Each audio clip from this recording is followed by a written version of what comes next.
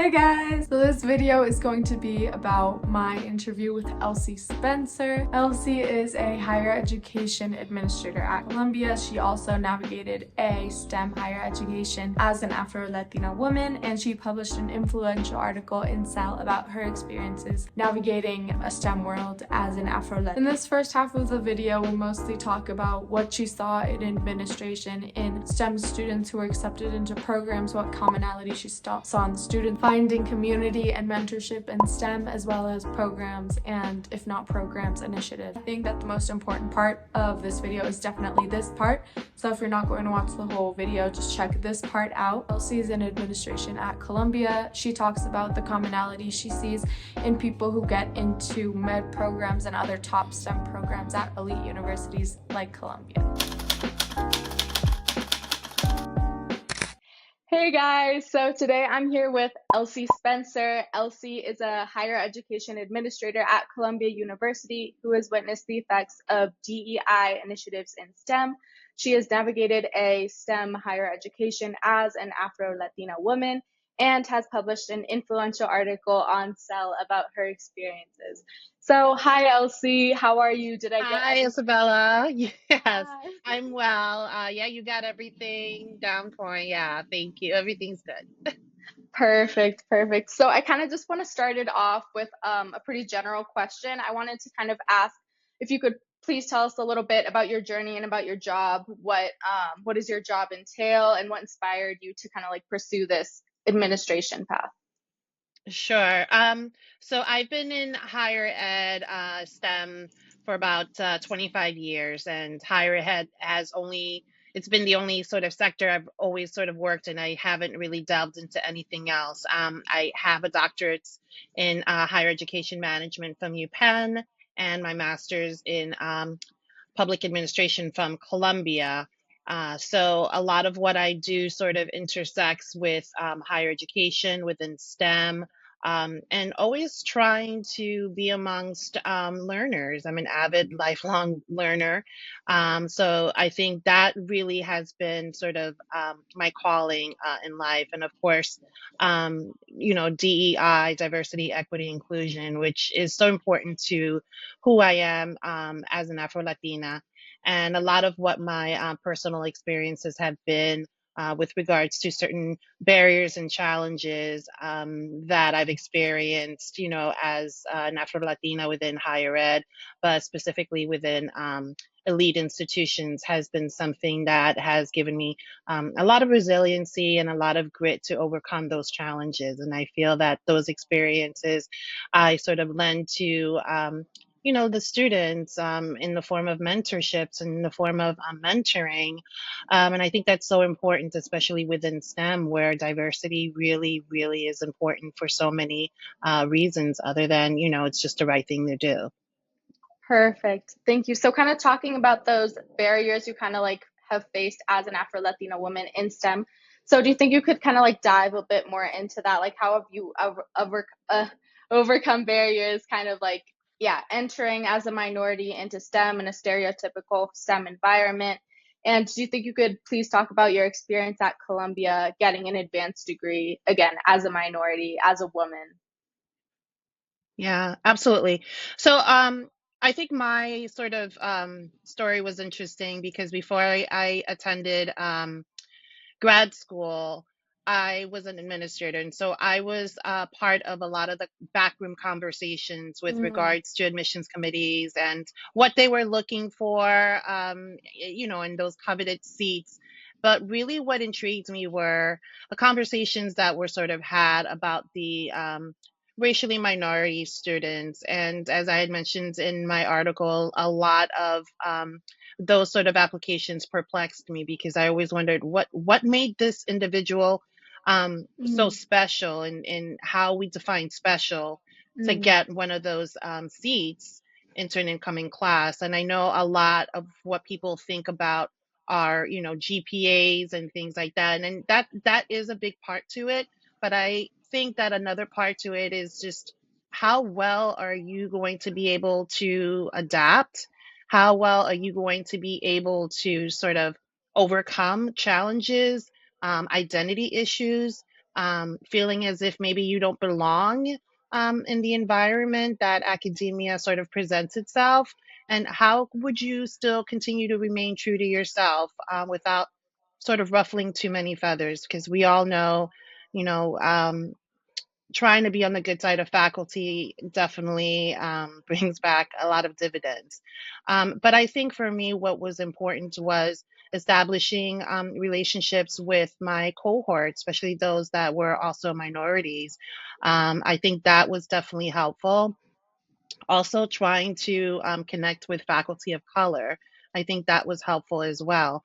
But in saying all of that, I really do think that the narrative that admissions committees look at, it's more or less on what is your journey, what is your response, your fight or flight response, and I think all of those things really lend itself to being, a candidate, a successful candidate in STEM, especially as I mentioned at elite institutions. And so understanding what that looked like, understanding how that looked like on paper. I mean, I didn't necessarily have the best GPA, but I struggled, and I knew what I Mm. needed to do in order to just make sure I was successful and make sure I didn't fall out of the pipeline. Right.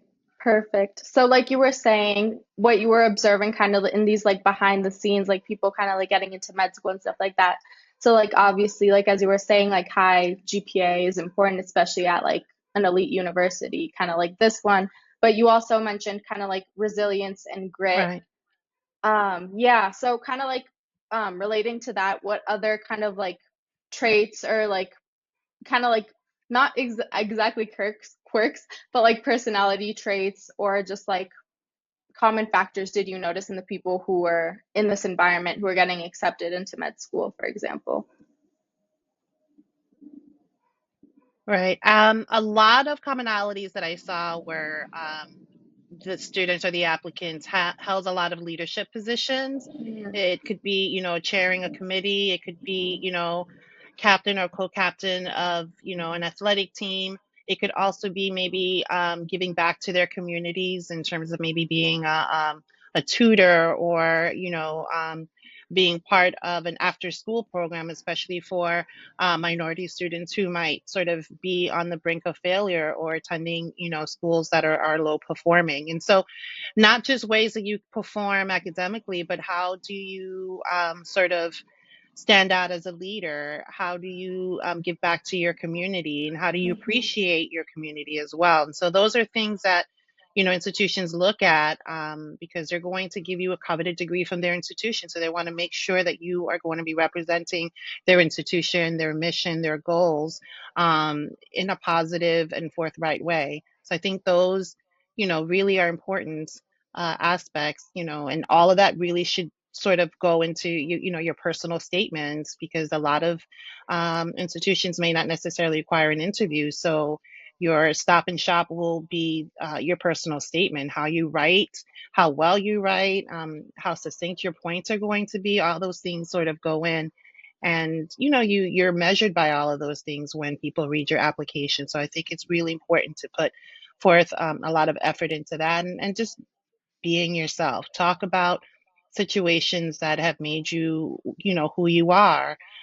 Be open, and it's okay to be vulnerable as well. And I think just staying true to yourself, and understanding, what your calling is, and at the end of the day, like, really, what is making you happy in all of this? I think that's something that's also important that people um, may not necessarily put forth a lot of thought in. So, Yeah. I think that's pretty like crucial to think about too, like remaining yeah. like keeping your identity again in this kind of like stereotypical like STEM environment where maybe like most of the people who you're interacting with maybe are like male or white, for example. Hmm. And you kind of talked Hmm. about the you talked about the importance of kind of like finding a community, like people you relate to, people who are kind of like in the same boat Right. as you.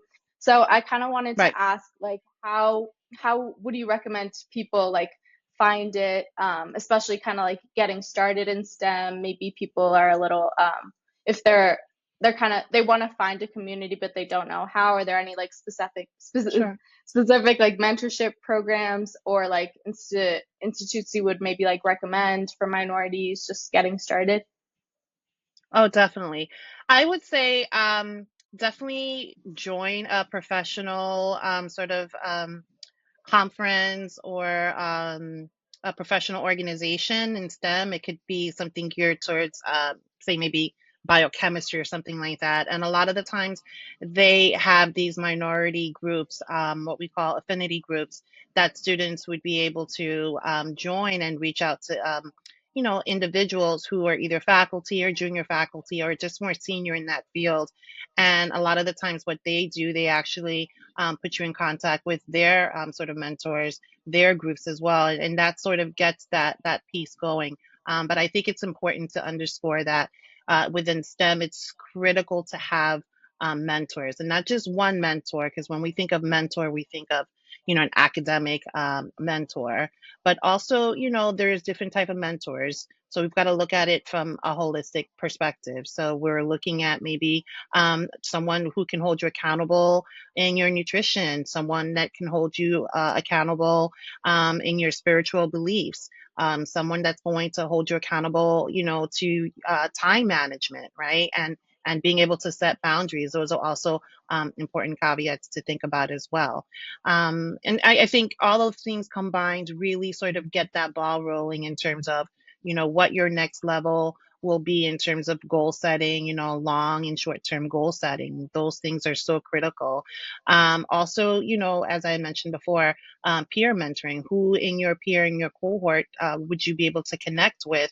And a lot of the times that is determined by outward appearances. And so if I'm an Afro Latina and I'm walking into, say a room, and I'm immediately going to try and scan the room to see who else looks like me. And that just kind of gets that sort of connection going as well. So peer-to-peer mentoring, joining professional organizations. I think also a lot of institutions have sort of a minority office, a community affairs office. I think definitely builds relationships with individuals from that office as well. And they can put you in contact with lots of other people, internally at an institution and quite possibly as well. So don't just limit yourself to what's directly in front of you. Always branch out and understand that there's so many other connections that could be made that could help with your goal setting, with what it is you want to do with your career, what your next level up will be.